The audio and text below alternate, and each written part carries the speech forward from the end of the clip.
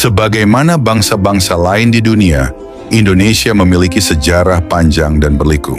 Sejarah itu tidak selalu ditulis dengan tinta emas. Ada masa-masa kelam ketika manusia kehilangan kemanusiaannya, dan bangsa ini hampir terpecah oleh prasangka serta dendam politik. Namun di balik luka-luka itu, selalu tersisa satu hal yang tak pernah padam: harapan.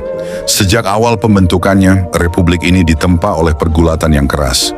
Dari masa penjajahan, perjuangan kemerdekaan, hingga dinamika politik pasca proklamasi, Indonesia telah melalui berbagai fase yang menuntut keteguhan dan kebijaksanaan. Rakyat Nusantara berjuang bukan hanya melawan penjajah, tetapi juga melawan sesama anak bangsa yang berbeda pandangan tentang bagaimana kemerdekaan harus dijalankan. Di setiap fase sejarah itu, ada kelompok-kelompok yang tersisih, ada suara yang dibungkam, dan ada kisah yang sengaja disembunyikan dari catatan resmi. Salah satu di antaranya adalah kisah para tahanan politik tahun 1965. Mereka yang dituduh terlibat, mendukung, atau sekadar bersimpati pada Partai Komunis Indonesia, tanpa pernah diberi kesempatan membela diri. Tragedi 1965 adalah salah satu peristiwa paling gelap dalam perjalanan bangsa Indonesia. Bukan hanya karena jumlah korban yang tak terhitung, tetapi juga karena cara negara memperlakukan warganya sendiri. Ratusan ribu orang ditangkap tanpa proses hukum, ribuan lainnya hilang, dieksekusi, atau dikirim ke tempat-tempat yang jauh dari peradaban, diasingkan dari masyarakat, seolah mereka bukan lagi bagian dari bangsa ini. Salah satu tempat pengasingan itu adalah Kamp Nanga-Nanga di ujung tenggara Pulau Sulawesi. Sebuah kamp yang dibuka untuk menampung para bekas tahanan politik yang dilepas tanpa status hukum yang jelas. Mereka disebut ex-Tapol PKI, tetapi tak satu pun pernah diadili atau dinyatakan bersalah oleh pengadilan. Kamp Nanga-Nanga bukan sekadar tempat tinggal, melainkan simbol dari kebijakan pengucilan. Para penghuninya dipaksa hidup dalam kesunyian sosial dan stigma politik. Mereka harus membangun kehidupan baru dari tanah kosong, tanpa hak, tanpa kejelasan masa depan, dan tanpa pengakuan dari negara yang pernah mereka bela. Namun justru dari keterasingan itulah lahir kisah-kisah keteguhan, solidaritas, dan kemanusiaan yang luar biasa. Kisah Nanga-Nanga bukan hanya tentang penderitaan, tetapi juga tentang daya tahan manusia dalam menghadapi ketidakadilan sejarah. Di sana, para mantan tahanan politik belajar untuk hidup kembali, menanam, mendirikan rumah, mendidik anak, dan perlahan membangun komunitas yang tetap setia pada nilai-nilai kemanusiaan. Mereka tidak lagi memikirkan ideologi, karena yang tersisa hanyalah upaya untuk bertahan hidup dengan martabat. Kamp ini menjadi cermin kecil dari bagaimana bangsa Indonesia memperlakukan ingatan masa lalunya. Bagaimana negara memilih untuk mengingat sebagian peristiwa, namun melupakan sebagian yang lain. Dan bagaimana masyarakat mewarisi stigma yang tidak pernah mereka pahami sepenuhnya. Melalui kisah Nanga-Nanga, kita diajak menengok kembali sisi lain dari sejarah bangsa.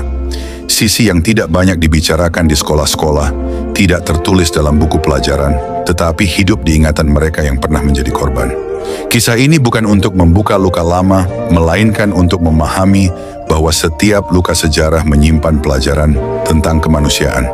Sebab bangsa yang besar bukanlah bangsa yang tanpa luka, tetapi bangsa yang berani menatap lukanya sendiri, memahaminya dan belajar darinya. Dari Nanga-Nanga, kita belajar bahwa penderitaan bisa melahirkan keteguhan dan keterasingan bisa menumbuhkan kebijaksanaan. Inilah awal dari perjalanan panjang menyusuri jejak para tapol di kampung Nanga-Nanga. Kisah mereka bukan sekadar catatan sejarah, melainkan refleksi dari perjalanan sebuah bangsa mencari jati dirinya, antara ingatan dan pelupaan, antara luka dan pengampunan. Keberadaan kampung Nanga-Nanga merupakan bagian yang tak terpisahkan dari rentetan panjang peristiwa gerakan 30 September 1965 yang mengguncang seluruh sendi kehidupan bangsa. Di Sulawesi Tenggara, gema peristiwa itu datang sedikit terlambat dibandingkan dengan pusat-pusat politik di Jawa. Namun getarannya sama keras, sama menakutkan, dan sama menyakitkan. Menurut kesaksian seorang eks-Tapol bernama Lambatu, penangkapan besar-besaran di Sulawesi Tenggara dimulai sekitar pertengahan tahun 1967. Saat itu aparat keamanan mulai mengidentifikasi orang-orang yang dianggap memiliki hubungan, baik langsung maupun tidak, dengan Partai Komunis Indonesia. Sebagian dari mereka adalah guru, buruh, petani, pegawai, bahkan mahasiswa. Tidak semua memahami apa yang sebenarnya terjadi. Yang mereka tahu hanyalah tiba-tiba, dalam semalam, mereka berubah status dari warga biasa menjadi tahanan politik. Penangkapan sering dilakukan tanpa surat perintah, tanpa dakwaan, dan tanpa pengadilan. Banyak yang ditahan hanya karena pernah ikut organisasi yang berafiliasi ke kiri, atau karena sekadar memiliki buku bacaan yang dianggap merah. Beberapa lainnya ditangkap karena dilaporkan oleh tetangga sendiri atau karena dendam pribadi yang dibungkus dengan tuduhan politik. Di masa itu, satu tuduhan cukup untuk memutus masa depan seseorang. Mereka yang tertangkap dikumpulkan di berbagai tempat penahanan sementara. Di Kendari, salah satu tempat yang paling dikenal adalah Lapas Lama Kendari, sebuah bangunan peninggalan Belanda yang kemudian menjadi lokasi penahanan puluhan Tapol. Namun karena jumlah tahanan semakin banyak, pemerintah daerah bekerja sama dengan militer memutuskan untuk memindahkan sebagian besar mereka ke tempat yang lebih terpencil. Maka dipilihlah sebuah kawasan di pinggiran barat kota Kendari, sebuah tempat bernama Nanga-Nanga. Nanga-Nanga pada masa itu hanyalah daerah berhutan dan semak belukar, terletak sekitar 20 km dari pusat kota Kendari. Kawasan itu sunyi dan jauh dari pemukiman warga. Di sanalah, pada tahun 1978, pemerintah mengizinkan sekitar 37 keluarga eks-Tapol untuk membuka lahan dan tinggal bersama dalam satu komunitas yang dikontrol ketat. Mereka tidak bebas sepenuhnya, tetapi juga tidak lagi dipenjara. Status mereka berada di antara tidak tahanan tapi belum dianggap warga biasa. Kamp Nanga-Nanga dibuka dengan sederhana. Tanahnya dibagi menjadi petak-petak kecil yang bisa ditanami. Sementara gubuk-gubuk darurat didirikan dengan bantuan tenaga dari sesama Tapol. Tidak ada listrik, tidak ada sekolah, tidak ada fasilitas kesehatan. Segalanya dibangun dari nol dengan tangan-tangan yang sebelumnya terbiasa menulis, mengajar, atau bekerja di kantor. Kini mereka harus belajar mencangkul dan menanam demi bertahan hidup. Namun bagi banyak di antara mereka, Nanga-Nanga bukan hanya tempat tinggal baru, melainkan penjara terbuka. Segala gerak-gerik mereka diawasi. Mereka tidak diizinkan keluar jauh dari wilayah camp tanpa izin aparat. Setiap bulan mereka masih harus melapor, seolah masa tahanan belum benar-benar berakhir. Di mata negara, mereka tetap bekas PKI, label yang terus melekat meskipun waktu telah bergulir puluhan tahun. Masyarakat sekitar pun memandang mereka dengan curiga. Sebagian besar warga Kendari kala itu mendengar berbagai cerita menakutkan tentang orang-orang yang disebut komunis, anti-agama, ateis, pemberontak, dan musuh negara. Padahal yang tinggal di Nanga-Nanga hanyalah orang-orang biasa, para bapak, ibu, dan anak-anak yang mencoba menata hidup setelah kehilangan segalanya. Stigma itulah yang menjadi penjara sesungguhnya. Penjara sosial yang tak kasat mata, tapi membatasi setiap langkah mereka. Di balik penderitaan itu, tumbuh pula rasa kebersamaan yang kuat. Para penghuni camp saling membantu. Mereka membangun rumah bersama, menanam padi dan sayuran, membuat saluran air, bahkan mendirikan tempat ibadah sederhana. Mereka ingin menunjukkan bahwa meski dicap sebagai musuh negara, mereka masih manusia dengan iman, cinta, dan harga diri. Lambat laun, Nanga-Nanga berubah menjadi kampung yang hidup. Anak-anak mulai tumbuh, generasi baru lahir, dan kehidupan mulai berdenyut kembali di tanah yang dulu menjadi simbol keterasingan itu. Namun luka lama tak sepenuhnya hilang. Setiap kali ada tamu atau aparat datang ke kampung, suasana kembali tegang. Trauma masa lalu membuat mereka selalu waspada karena ketakutan bisa datang kapan saja. Bagi mereka, kemerdekaan adalah sesuatu yang jauh lebih dalam dari sekadar bebas dari penjara. Kemerdekaan berarti diakui sebagai manusia, sebagai warga negara yang punya hak dan martabat yang sama. Dan di Nanga-Nanga, perjuangan untuk mendapatkan pengakuan itu berjalan sangat panjang, jauh lebih panjang daripada masa mereka di dalam tahanan. Hari ini, ketika kita mendengar nama Nanga-Nanga, mungkin yang terlintas hanyalah sebuah kampung di pinggiran Kendari. Namun di balik nama sederhana itu, tersimpan sejarah tentang bagaimana negara memperlakukan warganya dengan ketakutan dan bagaimana sekelompok manusia bertahan dengan cinta serta keyakinan. Kampung ini menjadi saksi bisu dari sebuah masa ketika perbedaan ideologi menghapus batas kemanusiaan. Nanga-Nanga adalah cermin kecil dari Indonesia yang terluka, tapi juga Indonesia yang belajar. Di sanalah kita bisa melihat bagaimana kebencian bisa menutup mata nurani dan bagaimana penderitaan bisa melahirkan keteguhan. Camp ini bukan hanya jejak masa lalu, melainkan pengingat bahwa sejarah bukan sekadar catatan tentang siapa yang menang, tapi juga tentang siapa yang disingkirkan. Hidup di Nanga-Nanga tidak hanya berarti membangun rumah di tanah yang asing, tetapi juga membangun kehidupan tanpa negara. Bagi para penghuni camp ini, negara seolah berhenti di gerbang luar kampung. Segala sesuatu harus mereka perjuangkan sendiri, mulai dari air, pangan, hingga pendidikan bagi anak-anak mereka. Sejak awal berdirinya camp pada akhir tahun 1970-an, para ekstapol dan keluarganya berada dalam posisi yang serba terbatas. Mereka tidak memiliki kartu tanda penduduk, tidak terdaftar dalam sistem administrasi pemerintahan, dan tidak diakui sebagai warga resmi. Tanpa identitas, mereka seperti hidup di ruang kosong, di antara ada dan tiada. Mereka tidak bisa mengakses layanan kesehatan, tidak bisa bekerja di instansi pemerintah, dan tidak bisa bepergian jauh tanpa izin aparat keamanan. Anak-anak mereka pun mewarisi nasib serupa. Bagi banyak keluarga di Nanga-Nanga, sekolah adalah mimpi yang tertunda. Sekolah-sekolah di sekitar Kendari menolak menerima anak-anak bekas tapol karena tekanan sosial dan stigma yang melekat. Beberapa kepala sekolah bahkan terang-terangan mengatakan bahwa mereka tidak ingin lembaganya tercemar oleh keturunan orang-orang yang dianggap komunis. Padahal anak-anak itu tidak tahu apa-apa tentang politik. Mereka hanya ingin belajar membaca, menulis, dan bermimpi seperti anak-anak lainnya. Salah seorang penyintas, seorang ibu yang kini sudah renta, pernah berkata, "Kami tidak dilarang bersekolah secara resmi, tapi kami dijauhkan pelan-pelan. Anak kami diolok, ditolak, akhirnya mereka berhenti sendiri." Tidak tahan kata-kata itu menggambarkan luka yang halus, tapi dalam, luka yang tidak terlihat, namun mengikis rasa percaya diri dan harga diri generasi muda Nanga-Nanga. Dalam situasi seperti itu, beberapa orang tua berinisiatif untuk mendirikan sekolah darurat di dalam camp. Dengan alat seadanya, mereka mengajar membaca dan berhitung di bawah naungan pohon atau di rumah bambu. Para mantan guru yang dulu dituduh PKI kini mengabdikan diri kembali. Bukan kepada negara, melainkan kepada anak-anak camp mereka sendiri. Sekolah ini menjadi simbol perlawanan terhadap keterasingan, perlawanan dengan ilmu, bukan dengan amarah.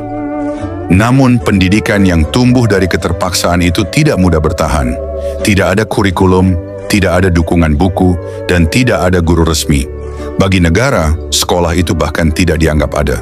Dan bagi masyarakat luar, Camp Nanga-Nanga tetap dipandang sebagai sarang ex-PKI, tempat yang sebaiknya tidak didekati. Kondisi ekonomi yang sulit memperparah keadaan. Tanah yang mereka garap seringkali tidak subur, hasil panen tak cukup untuk memenuhi kebutuhan harian.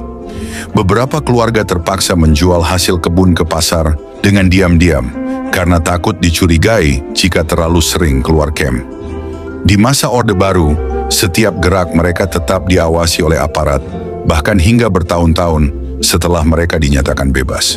Keterasingan itu membuat mereka membangun dunia sendiri, dunia yang sunyi tapi hangat, terbatas tapi jujur. Di Nanga-Nanga, solidaritas menjadi hukum yang tak tertulis. Mereka berbagi hasil panen, saling bantu membangun rumah, dan menjaga anak-anak yang orang tuanya sudah meninggal di penjara. Dalam keheningan camp, mereka menciptakan kehidupan yang manusiawi di tengah ketiadaan pengakuan. Namun, meskipun mereka telah berusaha membangun kehidupan baru, bayang-bayang masa lalu tak pernah benar-benar hilang. Label bekas tapol PKI selalu menempel di setiap nama. Bahkan setelah Orde Baru runtuh, stigma itu masih menghantui generasi berikutnya. Beberapa anak dari keluarga ekstapol bercerita bahwa mereka masih sering ditanya secara sinis ketika mengurus dokumen atau melamar pekerjaan. Apakah kamu anak ex-PKI? Pertanyaan itu, meski diucapkan dengan nada ringan, memiliki beban sejarah yang berat. Mereka tumbuh di antara dua dunia. Dunia yang mereka bangun sendiri di dalam camp dan dunia luar yang menolak menerima mereka sepenuhnya. Di satu sisi mereka mencintai tanah tempat mereka tumbuh. Di sisi lain mereka tahu bahwa tanah itu adalah hasil dari pengasingan. Kamp Nanga-Nanga menjadi semacam paradoks, tempat yang menindas sekaligus menyelamatkan. Bagi para orang tua, yang terpenting adalah memastikan bahwa anak-anak mereka tidak lagi mengalami nasib serupa. Mereka ingin generasi berikutnya tumbuh dengan pengetahuan, dengan harga diri, dan dengan keberanian untuk melawan stigma. Dan meskipun sekolah formal sering menutup pintu, mereka tidak berhenti mengajarkan nilai-nilai dasar, kejujuran, gotong royong, dan kesabaran. Dari ruang-ruang kecil di camp itu, lahir generasi baru yang perlahan belajar untuk berdamai dengan masa lalu. Nanga-Nanga akhirnya menjadi bukti bahwa keterasingan tidak selalu berarti kehancuran. Dalam keterbatasan, manusia tetap bisa menemukan makna hidup. Dan meskipun negara pernah menutup mata, di camp inilah semangat kemanusiaan tetap menyala, kecil tapi tak pernah padam. Dari sebuah camp pengasingan yang dibangun atas dasar kecurigaan dan ketakutan, perlahan tumbuh kesadaran baru tentang makna kebangsaan. Kesadaran itu lahir bukan dari pidato-pidato di panggung politik, tetapi dari kehidupan sehari-hari yang keras, dari kerja kolektif, dari saling tolong-menolong, dan dari tekad sederhana untuk tetap menjadi manusia di tengah stigma. Di Nanga-Nanga, semangat kebangsaan tidak lahir dari ajaran formal negara, melainkan dari pengalaman pahit ketika negara justru menjauh. Mereka yang tinggal di camp ini tahu bagaimana rasanya kehilangan hak sebagai warga, dikeluarkan dari sistem, dan dicap sebagai musuh tanpa pernah tahu kesalahan apa yang mereka perbuat. Namun anehnya, dalam keterasingan itulah muncul pemahaman yang lebih dalam tentang arti menjadi bangsa Indonesia. Sebagian besar dari mereka adalah orang-orang yang dulu aktif dalam kegiatan sosial, guru, petani, buruh, seniman, dan tokoh masyarakat. Mereka pernah mempercayai cita-cita keadilan sosial yang tertulis dalam UUD 1945. Dan ketika negara menolak mereka, cita-cita itu tidak serta-merta lenyap. Sebaliknya, mereka mencoba mewujudkannya dengan cara mereka sendiri, dengan membangun kehidupan yang egaliter di dalam camp. Setiap keputusan penting di Nanga-Nanga diambil melalui musyawarah. Tidak ada satu orang yang berkuasa atas yang lain. Mereka belajar kembali tentang demokrasi, bukan yang diajarkan di kelas, tetapi yang dipraktikkan dalam kehidupan nyata. Ketika hasil panen dibagi, ketika rumah didirikan bersama, ketika anak-anak diajarkan untuk berbagi makanan, di sanalah nilai-nilai kebangsaan menemukan bentuknya yang paling jujur. Kesadaran berbangsa bagi mereka bukanlah soal bendera atau slogan, tetapi tentang rasa tanggung jawab terhadap sesama manusia. Tentang bagaimana menjaga martabat satu sama lain, meski hidup di pinggiran dan dilupakan. Bagi orang-orang Nanga-Nanga, menjadi bangsa berarti tidak menyerah pada nasib, meskipun nasib telah begitu kejam. Mereka memilih untuk tetap mencintai negeri ini, bahkan ketika negeri ini pernah mengasingkan mereka. Salah satu hal yang paling menonjol dalam kehidupan camp adalah semangat mereka terhadap pendidikan. Pendidikan bagi mereka bukan sekadar jalan menuju pekerjaan, tetapi bentuk perjuangan untuk menegakkan martabat. Karena mereka tahu, kebodohan adalah bentuk penjara lain yang tak kalah berbahaya dari tembok penjara yang sesungguhnya. Ketika anak-anak mereka tidak diterima di sekolah umum, mereka tidak berhenti. Mereka membangun kelas kecil di rumah-rumah sederhana, mengajar dengan bahan seadanya. Di antara mereka ada mantan guru, mantan mahasiswa, bahkan mantan pegawai pemerintahan yang dipecat karena tuduhan politik. Mereka mengajar bukan karena diperintah negara, tapi karena nurani. Dan pelajaran pertama yang mereka tanamkan bukanlah membaca atau berhitung, tetapi tentang kemanusiaan. Tentang bagaimana menghormati sesama dan berani mencari kebenaran. Dari ruang-ruang kecil itulah muncul semangat baru. Semangat untuk melawan kebodohan dengan pengetahuan, melawan stigma dengan kebijaksanaan, dan melawan pengucilan dengan solidaritas. Bagi mereka, pendidikan bukan hanya hak, tetapi juga bentuk perlawanan terhadap ketidakadilan. Seiring berjalannya waktu, anak-anak camp mulai tumbuh menjadi remaja dan dewasa.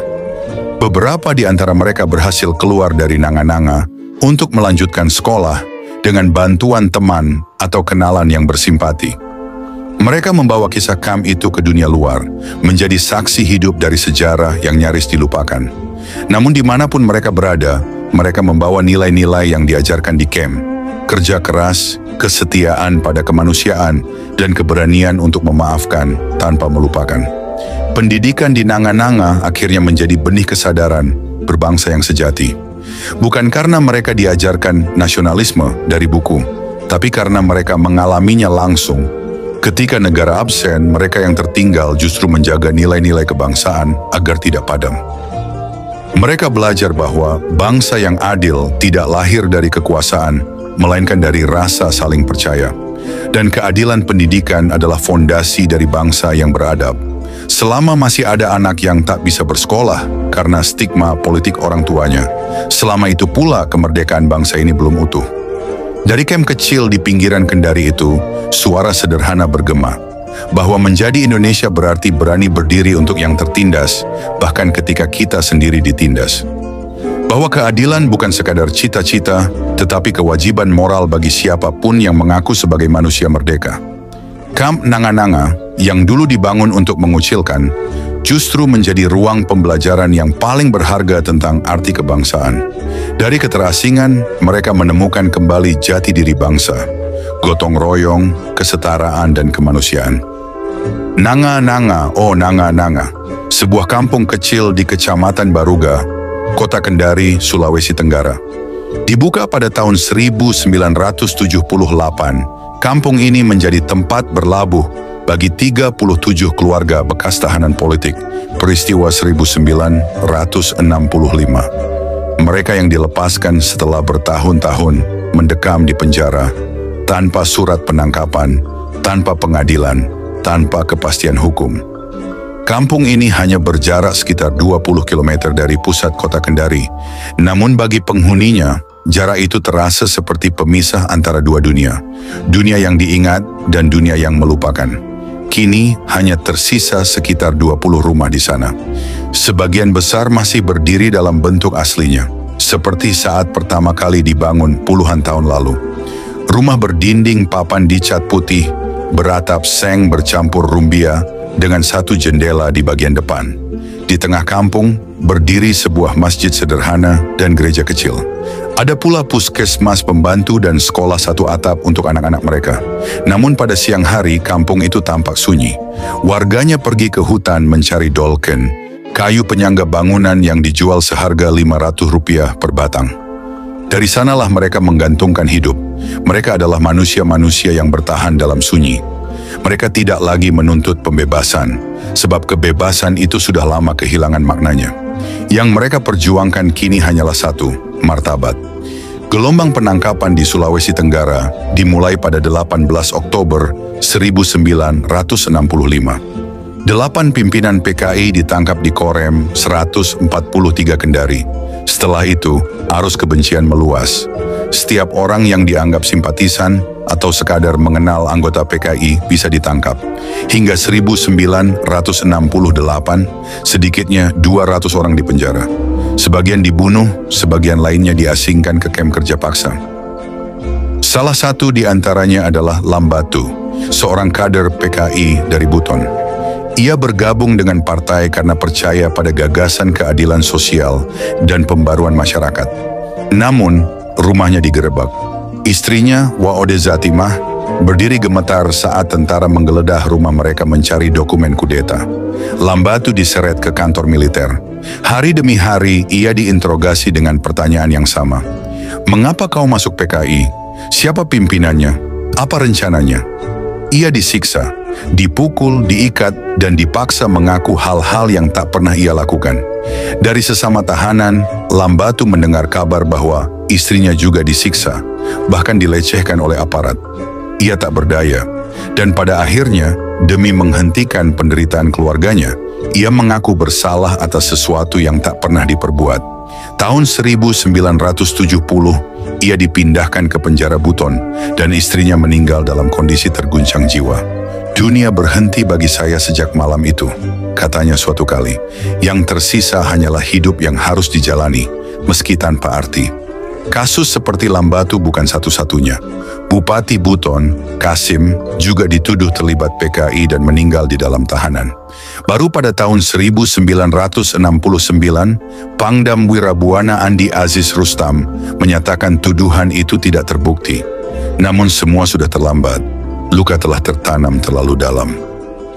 Tahun 1977, Lambatu bersama 42 mantan tahanan lainnya dikirim ke Nanga-Nanga. Pihak militer menyebutnya sebagai program rehabilitasi kemanusiaan.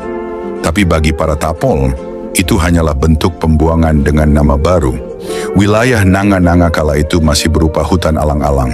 Setiap tahanan diberi sebidang tanah 2 hektar untuk digarap, bukan sebagai kompensasi, melainkan agar mereka bisa bertahan hidup tanpa banyak bersentuhan dengan masyarakat luar. Kawasan itu dibagi ke dalam kapling-kapling kecil agar mudah diawasi. Banyak di antara mereka meninggal saat membuka lahan. Sisanya bertahan dengan kerja keras, menanam jagung dan singkong di tanah yang nyaris tandus. Mereka tak berani bicara tentang masa lalu. Mereka takut. Bahkan di antara sesama penghuni camp, kisah masa lalu menjadi sesuatu yang tabu untuk diucapkan. Kami sudah tak punya apa-apa lagi, kata Lambatu lirih. Jadi kami memilih diam. Mungkin diam adalah cara terakhir untuk bertahan. Beberapa tahun setelah kamp Nanga-Nanga berdiri, sebagian keluarga para tapol datang menyusul. Istri, anak, dan cucu. Kamp yang semula sunyi perlahan berdenyut kembali. Namun bayang-bayang stigma tak pernah pergi. Bagi masyarakat Kendari, kamp itu tetap dikenal sebagai kamp orang PKI. Anak-anaknya disebut anak tapol, masjidnya dijuluki Masjid Tapol, dan sekolah mereka pun tak lepas dari label Sekolah Anak PKI. Kehidupan sosial para penghuni kamp berjalan di antara pengakuan dan penolakan. Mereka berusaha hidup layak, namun pandangan curiga selalu mengikuti. Banyak yang memilih diam, menjauh dari keramaian, bekerja dalam senyap, seolah ingin menghapus jejak masa lalunya sendiri.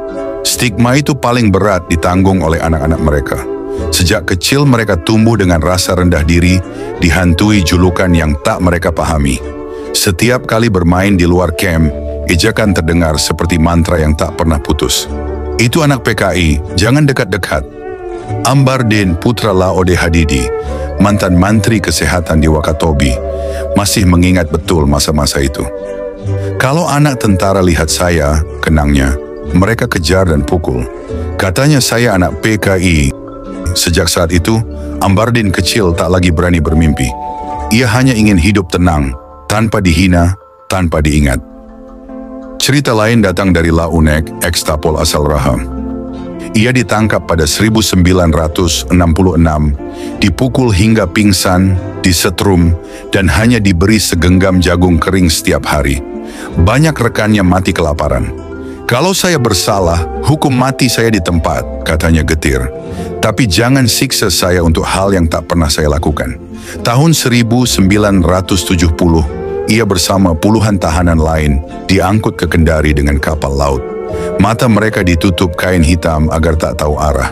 Mereka dibuang ke kamp Ameroro, salah satu kamp terbesar di Sulawesi Tenggara. Tak seorang pun diizinkan menengok. Istri saya datang ke pelabuhan, ujarnya lirih. Tapi kami tak boleh saling melihat. Rasanya seperti binatang yang mau ditembak. Di kamp Ameroro, Launek bertemu Yanasin, tapol asal Makassar. Dulu ia bekerja di Jawatan Kesejahteraan Angkatan Darat, namun ditangkap karena dianggap dekat dengan aktivis kiri. Ia berpindah dari satu penjara ke penjara lain, Karebosi, Maros, hingga rumah tahanan militer Makassar. Saya ditaruh di sel sendiri, katanya. Pintunya 2 lapis besi. Di luar sel tertulis, dilarang berbicara dengan tahanan ini. Bertahun-tahun ia hidup tanpa mendengar suara manusia lain. Kini di usia senja, tubuhnya lemah, jantungnya membengkak, tapi kesadarannya tetap jernih. Mungkin beginilah hidup, ujarnya pelan, Tiba-tiba semuanya hilang, termasuk kemerdekaan. Sejarah PKI di Sulawesi Tenggara bukan sekadar kisah politik. Ia adalah kisah tentang manusia, tentang bagaimana ketakutan bisa menelan akal sehat, dan bagaimana negara bisa mengabaikan rakyatnya sendiri. Dari Buton, Muna, hingga Kendari, ratusan orang kehilangan keluarga, harta, dan masa depan. Bukan karena terbukti bersalah, tapi karena dianggap berbeda. Dan hingga kini, luka itu belum benar-benar sembuh. Kamp Nanga-Nanga masih berdiri. Di antara pepohonan dan rumah tua, beberapa jiwa renta masih tinggal, menyimpan kisah yang hampir terlupakan. Mereka tidak menuntut keadilan, hanya berharap satu hal, agar bangsa ini tidak melupakan mereka. Kami hanya ingin dikenang, kata seorang di antara mereka. Bukan sebagai pengkhianat, tapi sebagai manusia. Sejarah sering menulis dirinya dengan tinta penderitaan, dan Nanga-Nanga adalah salah satu halamannya yang paling sepi. Kampung yang lahir dari keterpaksaan, bukan pilihan. Tempat orang-orang dibuang bukan karena kejahatan, melainkan karena ketakutan negara terhadap bayangannya sendiri. Nama Nanga-Nanga jarang disebut. Ia tak tercantum di buku pelajaran, tak dibahas di ruang politik, tak hadir dalam peringatan nasional. Namun di balik kesenyapan itu tersimpan kisah manusia yang menanggung dosa yang tak pernah mereka lakukan. Disinilah sejarah kehilangan nuraninya. Ketika manusia dipenjara karena label, ketika anak-anak lahir dengan stigma yang tak mereka pahami, ketika keluarga tercerai dan makna negara kehilangan arti. Kini para penyintas menua, tubuh mereka rapuh, ingatan mereka pudar. Namun kenangan itu tetap bertahan, tentang bagaimana hidup bisa dicabut dalam sekejap, dan martabat bisa hilang hanya karena tuduhan. Sebagian telah tiada, dikuburkan tanpa batu nisan. Nama mereka hilang, tapi jejaknya masih tertinggal di ladang jagung, di papan rumah tua, dan di wajah anak cucu mereka. Mereka bukan lagi tahanan politik, melainkan saksi bisu dari bab gelap sejarah bangsa. Tugas kita kini bukan menghakimi, tapi mengingat. Sebab bangsa yang melupakan masa lalunya akan tersesat di masa depan. Tidak mudah membicarakan 1965. Ia bukan sekadar peristiwa, melainkan trauma kolektif. Bagi sebagian, ia soal ideologi. Bagi para penyintas, ia soal kemanusiaan. Tentang bagaimana sistem bisa menindas dan manusia kehilangan kasih demi keyakinan politik. Lebih dari setengah abad telah berlalu. Anak-anak Tapol kini tumbuh menjadi warga negara yang baik. Guru, petani, perawat, bahkan aparat. Namun di hati mereka tetap tersisa tanya, mengapa kami harus menanggung dosa yang tidak kami buat? Rekonsiliasi sejati tak lahir dari pidato, tetapi dari keberanian menatap masa lalu dengan jujur, tanpa kebencian, tanpa penyangkalan. Kita tak perlu membuka luka itu kembali, tapi kita juga tak boleh menghapusnya. Kini Nanga-Nanga berubah. Jalan-jalannya beraspal, anak-anak mudanya bersekolah tinggi. Namun suasana sepi masih terasa. Malam hari, lampu-lampu rumah redup, dan dari kejauhan terdengar suara jangkrik panjang. Di masjid kecil kampung itu, seorang lelaki tua duduk setelah Isya. Tubuhnya kurus, pandangannya kosong. Ia tak banyak bicara, hanya tersenyum kecil ketika ditanya tentang masa lalu. Kalau ditanya kami dulu apa, katanya pelan. Jawab saja kami ini orang Indonesia. Sama seperti kalian. Di ujung kampung, di sebuah gereja kecil, seorang perempuan tua menyalakan lilin setiap malam. Lilin itu katanya bukan hanya untuk suaminya yang telah tiada, tetapi juga untuk bangsa ini, agar tidak lagi buta oleh kebencian.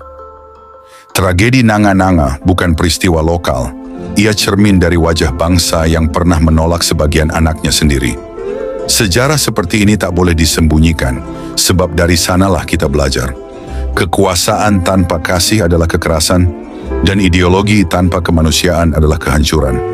Kisah para Tapol bukan soal benar atau salah, tapi tentang keadilan tanpa kemanusiaan, yang melahirkan luka turun-temurun. Kita hidup di zaman bebas berbicara, namun kebebasan itu tak berarti jika kita masih takut untuk mengingat. Mengingat bukan untuk membangkitkan dendam, tetapi agar kebenaran tidak terkubur oleh waktu. Mungkin luka itu tak akan pernah sepenuhnya sembuh. Namun selama ada satu suara yang berani berkata, jujur, selama masih ada satu telinga yang mau mendengar, sejarah tak akan mati. Camp Nanga-Nanga mengajarkan bahwa penderitaan bisa melahirkan keteguhan dan diam bisa menjadi bentuk paling dalam dari keberanian. Kami tidak ingin balas dendam, kata salah satu penyintas. Kami hanya ingin anak cucu tahu bahwa kami pernah ada. Mungkin hanya itu yang mereka minta, agar keberadaan mereka diakui, agar nama mereka tak lagi disebut dengan rasa takut, dan agar sejarah memberi ruang bagi mereka untuk kembali menjadi manusia seutuhnya. Ketika malam turun di atas Nanga-Nanga, suara jangkrik bercampur dengan desir angin dari bukit. Lampu-lampu rumah menyala lembut, menandai kehidupan sederhana tapi penuh makna. Di balik setiap rumah tersimpan cerita yang belum selesai, tentang kehilangan, pengampunan, dan ketabahan, tentang bangsa yang pernah melukai dirinya sendiri, dan tentang harapan agar luka itu tak lagi terulang. Saudara-saudara, sejarah boleh ditulis ulang, tapi penderitaan tak bisa dihapus. Selama ada yang mau mengingat dan menceritakan, Nanga-Nanga akan tetap hidup, bukan sebagai simbol aib, melainkan saksi bahwa kemanusiaan selalu lebih besar dari ideologi apapun. Terima kasih atas perhatian Anda.